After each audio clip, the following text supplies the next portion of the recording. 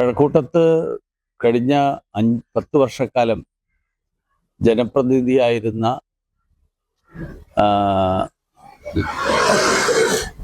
ആളാണ് ഇപ്പോൾ ഇടതുപക്ഷത്തിൻ്റെ സ്ഥാനാർത്ഥിയായിട്ട് വീണ്ടും രംഗത്ത് വന്നിട്ടുള്ളത്.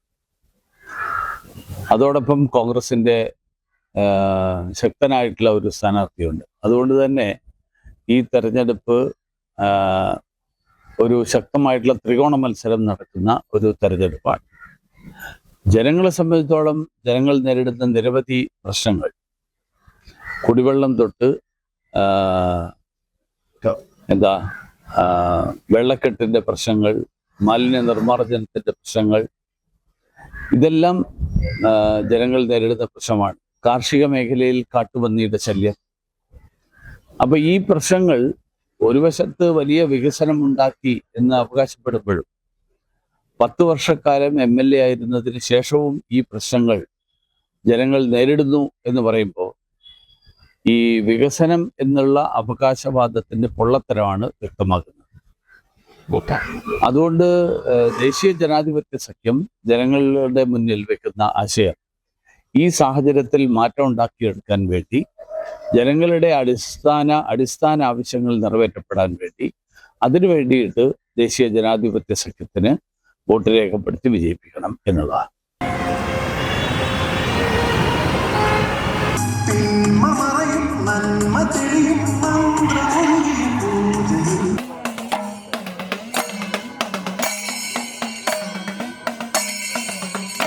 വന്ദേ മാതരം വന്ദേ മാതരം സുജലാം സുഫലാം മലയജ ശീതലാം.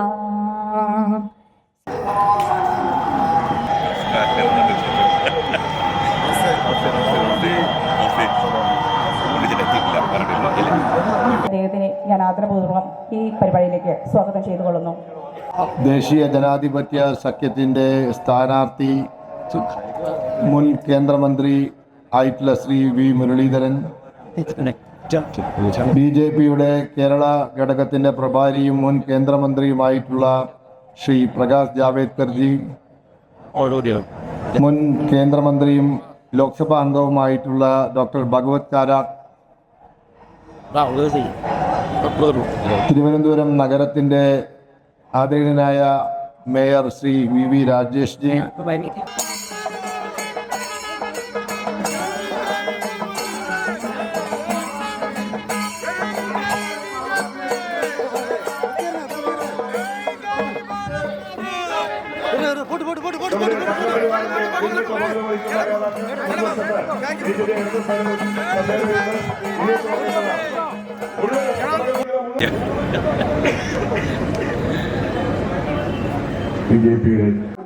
ആ സ്ഥലത്ത് വസിക്കുന്ന ജനങ്ങൾ വളരെ സമർത്ഥരും സമാധാനപരമായി ജീവിക്കാൻ കഴിയുന്ന ഒരു ജനതയെ വാർത്തെടുക്കാൻ കഴിയും.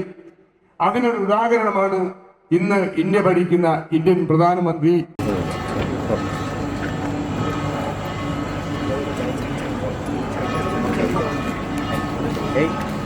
जय बोलो भारत माता की।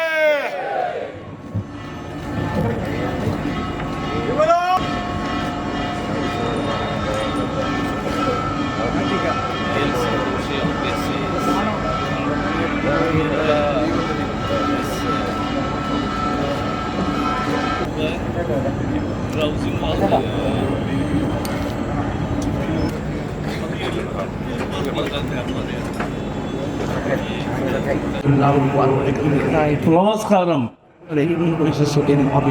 I am very happy, but I am a substitute player. There was Smriti Irani coming, but there is one good point that Smriti is a former education minister and replaced by another former education minister.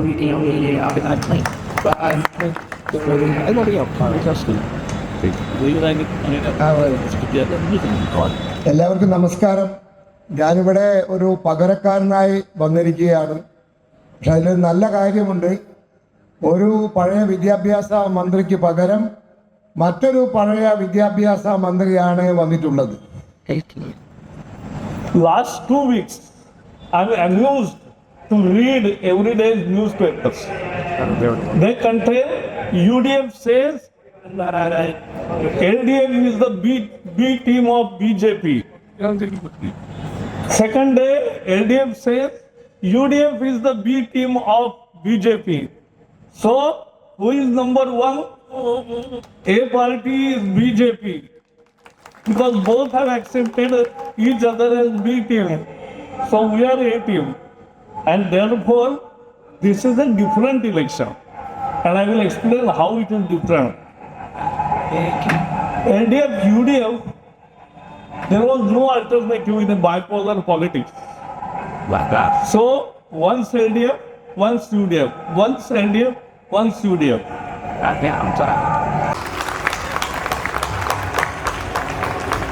ഇവിടുന്ന് കടപ്പൂട്ടം തൊട്ട് കടമ്പാട്ട് കുണം വരെയുള്ള 6 വരി പാത വികസനം നടന്നുകൊണ്ടിരിക്കുകയാണ്. പക്ഷേ അവിടെ മരുമോനും മറ്റുള്ളവരൊക്കെ റീൽസ് ഇട്ട് ഇങ്ങനെ രസിക്കുന്നുണ്ട്, ഞങ്ങളാണ് കൊണ്ടുവന്നെന്ന് പറയുന്നു. പക്ഷെ ജനങ്ങൾക്കറിയാം ആരാണ് കൊണ്ടുവന്നോ. അപ്പോൾ കടപ്പൂട്ടത്തിന്റെ വികസനം നമുക്ക് അനിവാര്യമാണ്. നമ്മൾ എടുത്തു നോക്കുക, എന്തൊക്കെ കാര്യങ്ങൾ നമുക്ക് രാജ്യത്തിന് തന്നു. ഇന്ന് തന്നെ എടുത്തു നോക്കുക, ലോകം ഉറ്റുനോക്കുന്ന ഒരു പ്രധാനമന്ത്രി ശ്രീ നരേന്ദ്രമോദി.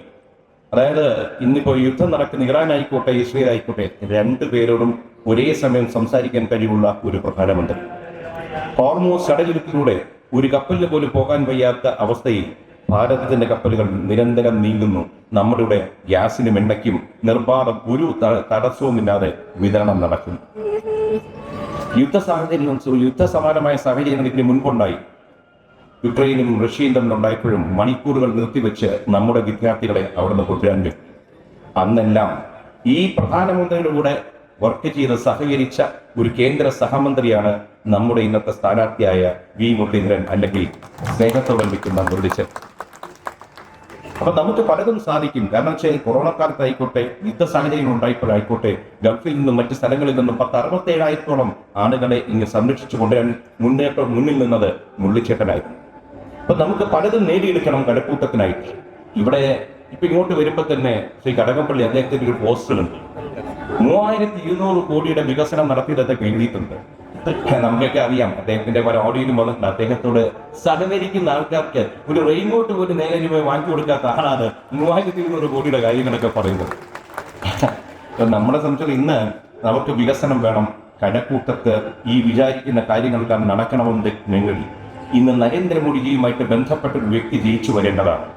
ഇന്ന് കടക്കൂട്ടത്തിന്റെ മണ്ണും മനസ്സുമെല്ലാം കൃത്യമായി അറിയാവുന്ന ശ്രീ വി മുരളീധരൻ, അദ്ദേഹത്തെ വിജയിപ്പിക്കാൻ നമ്മൾ ശ്രമിച്ചാൽ വളരെ ഈസിയായിട്ട് നടക്കണം.